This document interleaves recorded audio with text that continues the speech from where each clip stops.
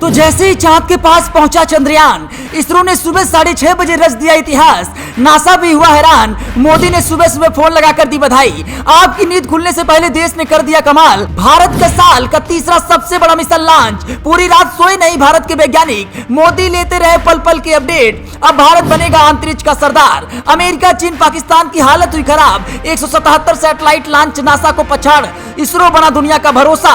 और अब इतिहास का सबसे बड़ा मिशन की तरफ बढ़ रहा है देश। जो आज तक कोई नहीं कर पाया, वो भारत ने करके दिखाया। एक दिन के अंदर दो बड़ी खुशखबरी। अंतरिक्ष में फिर लहराएगा तिरंगा।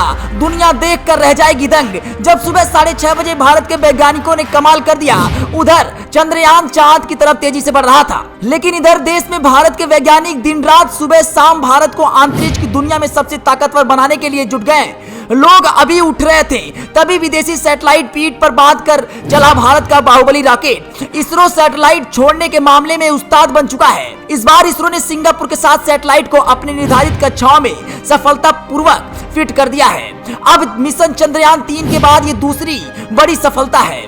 PSLV रॉकेट के जरिए इसरो ने सिंगापुर के सैटेलाइट्स को लॉन्च किया है। ये पहला मौका नहीं है जब भारतीय अंतरिक्ष ने किसी दूसरे देश के लिए सैटेलाइट को लॉन्च किया है। कई साल से भारत ऐसा करता आ रहा है। बड़े बड़े देश इस मामले में इसरो का लोहा मानते हैं। अंतरिक्ष विभाग के आंकड़ों के मुताबिक 2022 में इसरो की लॉन्च व्हीकल का इस्तेमाल करके 44 विदेशी सैटेलाइट लॉन्च किए हैं। ये कोई मजाक की बात नहीं है। सिंगापुर के अलावा अमेरिका, ब्रिटेन तक सैटेलाइट लॉन्च कर चुके हैं। और सवाल उठता है कि आखिर भारत के पास ऐसा क्या है जो बड़े बड़े दिग्गजों के पास भी नहीं। तमाम दूसरे देश इसरो से अपनी सैटेलाइट लॉन्च करते हैं। दरअसल इसरो 1999 में कमर्शियल आधार पर विदेशी ग्राहकों के लिए सैटेलाइट लॉन्च करता आ रहा है। अलग अलग ग्राहकों के लिए वो सैकड़ों सैटेलाइट अंतरिक्ष में भेज चुका है। ज्यादातर सैटेलाइट स्मॉल और नैनी श्रेणी में है। इस तरह का काम इजराइल, फ्रांस और सिंगापुर जैसे देशों के लिए किया गया है। वहीं वाणिज्य आधार पर अब तक लॉन्च किए गए सभी सैटेलाइट के विश्लेषण से पता चलता है कि भारत ने तकरीबन हर बड़े मुल्कों को सेवा दी है।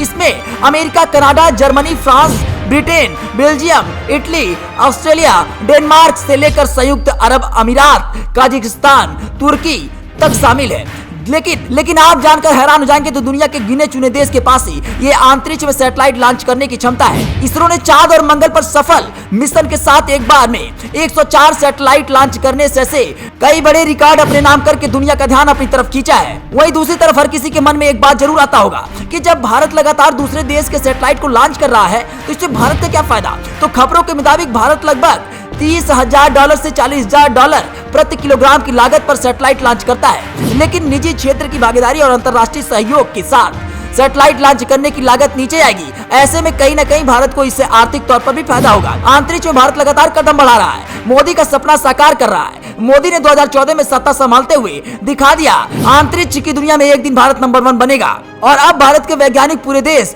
और देश के प्रधानमंत्री का सपना साकार करने में जुटे हैं। लगातार अंतरिक्ष की दुनिया में भारत नए कीर्तिमान रच रहा है और इसे देखकर चीन, अमेरिका, पाकिस्तान, यूरोप जैसे सभी मुल्क हैरान हैं।